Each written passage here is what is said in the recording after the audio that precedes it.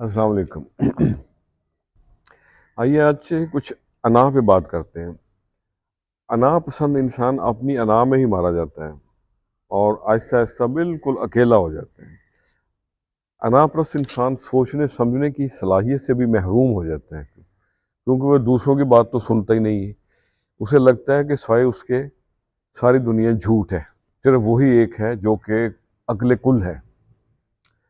حضرت علی کرم اللہ وجہ سے کسی نے ایک دفعہ پوچھا کہ دنیا کا سب سے بڑا بیوقوف کون ہے؟ وہی جو اپنے آپ کو سب سے زیادہ عقل مند تصور کرے۔ اللہ اکبر، کیا خوبصورت جواب تھا۔ یہ جو انا پسند لوگ ہوتے ہیں نا، یہ ہمیشہ بے چین رہتے ہیں۔ جس شخص کو یہ وہم ہو کہ اگر وہ نہ ہوتا تو نہ جانے دنیا کے کام کیسے چلتے، دنیا رک جاتی، وہ شخص ہمیشہ بے سکون اور نفسیاتی بیماری میں مبتلا رہتا ہے۔ تو میرے بھائیوں، عاجزی اور انکساری اختیار کریں۔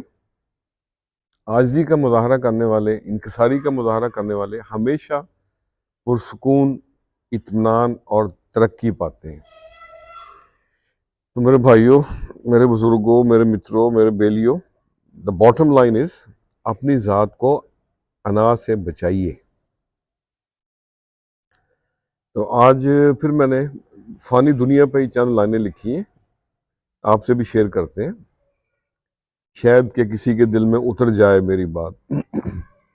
عرض کیا ہے، ہر لذت یہاں پہ فانی ہے، یہ دنیا یارو فانی ہے، مٹ جائے گی ہر شے ایک دن، پھر بھی کیوں منمانی ہے، آج بکر کل زید کے پاس، یہ دولت آنی جانی ہے، ہر لذت یہاں پہ فانی ہے، ذکر کرے رب کا جو اس کی صبح سہانی ہے، یہ دنیا یارو فانی ہے، کیا لینا ایسی دنیا سے، کیا لینا ایسی دنیا سے، ہر سوچ یہاں بیگانی ہے، کبھی کبھی تو لگے ہے یوں، حقیقت بھی انجانی ہے، رات گئی تو بات گئی، یہ بات بڑی پرانی ہے، یہ دنیا یارو فانی ہے، لوگوں کے اس سیلاب میں تو ہی دل بر جانی ہے،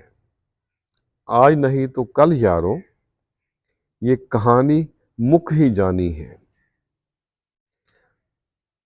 تکتے تکتے یار کی راہ بیتتی نیاز جوانی ہے، ہر لذت یہاں پہ فانی ہے، یہ دنیا یارو فانی ہے۔ تو آج کے لیے اتنا ہی۔ آج کی بات میں نے انا پہ شروع کی تھی، تو انا پہ ہی ختم کرتے ہیں۔